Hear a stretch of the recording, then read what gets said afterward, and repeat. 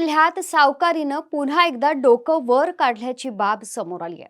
एवढंच नाही तर सावकारी जाचाला कंटाळून एका कापड व्यावसायिकानं आत्महत्या केल्याची धक्कादायक घटना समोर आली आहे. मागच्या काही दिवसांपासून समोर येणारी प्रकरणं पाहता बीड म्हणजे गुन्हेगारी जगताचं केंद्रस्थान बनलंय की काय अशी शंका आता उपस्थित होऊ लागली आहे. सावकारी जाचाला कंटाळून सुसाईड नोट लिहित एका कापड व्यावसायिकानं गळफास घेतलाय. चला जाणून घेऊयात नेमकं काय आहे हे प्रकरण. बीड शहरातील पेठ बीड पोलीस ठाणे हद्दीत ही घटना घडली आहे, ज्या ठिकाणी वास्तव्याला असणारे राम फटाले यांनी 7 वर्षांपूर्वी सावकाराकडून 2.5 लाख रुपये 10% व्याजानं उसने घेतले होते. याची परतफेड देखील 25,000 रुपये प्रति महिना अशी करण्यात आली. मात्र पैसे देऊनही सावकारी जाच काही कमी होत नव्हता. तुझ्याकडून वेळेवर पैसे देणं होत नसेल तर तुझी पत्नी माझ्या घरी आणून सोड असं म्हणत सावकारानं राम फटाले यांचा मानसिक छळ केला. वेळोवेळी होणाऱ्या मानसिक त्रासाला कंटाळून शेवटी राम फटाले यांनी एक चिठ्ठी लिहिली आणि त्यानंतर आत्महत्या केली. या प्रकरणी पेठ बीड पोलीस ठाण्यात सावकार लक्ष्मण जाधव आणि त्यांच्या पत्नीसह एकूण 7 जणांवर गुन्हा दाखल करण्यात आलाय. त्यापैकी 3 जण अटकेत आहेत. विशेष बाब म्हणजे या प्रकरणातील मुख्य संशयित आरोपी डॉक्टर लक्ष्मण जाधव हा भाजपचा पदाधिकारी आहे. जिल्ह्यात महिनाभरापूर्वीच सावकारी जाचाला कंटाळून दोघांनी आत्महत्या केल्याची घटना ताजी असताना आता हे प्रकरण उजेडात आलंय. आत्महत्येपूर्वी राम फटाले यांनी एक भावनिक पत्र लिहिलंय. हे पत्र वाचल्यानंतर कोणाच्याही डोळ्यात सहजपणे पाणी येईल. पाहुयात हे पत्र काय आहे. प्रिय आई आणि पप्पा, सुजय, गौरी आणि रेणुका, मी चांगला मुलगा, पती आणि वडील होऊ शकत नाही, तरी मला माफ करा.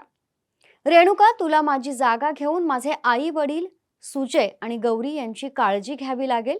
श्यामभाऊ, लखन, माझी मुले आणि बायको, आई वडील यांना सांभाळा. मला माफ करा. तुमचा सर्वांचा राम. माझे आई वडील यांच्याकडे माझ्या मातीसाठी पैसे नाहीत. माझी माती समाजाकडून वर्गणी काढून करावी.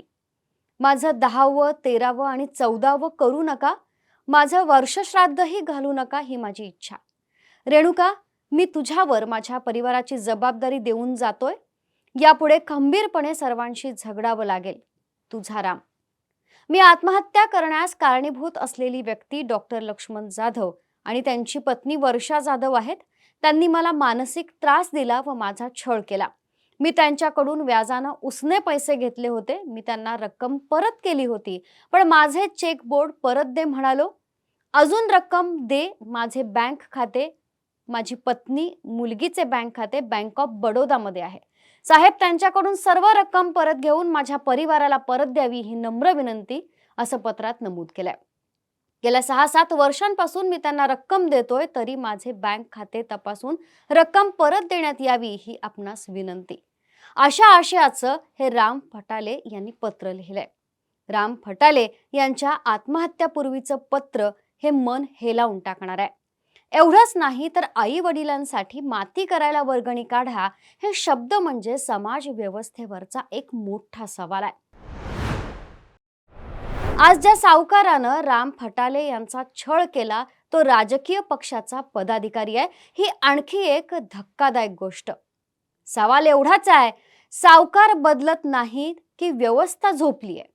बीडमध्ये सावकारी बळी घेत आहे आणि हा आकडा फक्त 1 नसून वाढतच जातोय. हे सगळं थांबायला हवं. कदाचित आता राम फटाले गेले, पण जर वेळेत पावलं उचलली नाही तर उद्या अजून कोणतरी असेल. तुर्तास इथंच थांबतोय. ताज्या बातम्यांसाठी पाहत रहा टॉप न्यूज मराठी. आपला महाराष्ट्र, आपली बातमी. घ्या परदेशात भरारी, तेही सर्वसामान्यांना परवडणारी. 1 रुपया भरा आणि थायलंड मध्ये फिरा. सचिन इंटरनॅशनल घेऊन आले आहेत जगातली सर्वात स्वस्त परदेश टूर.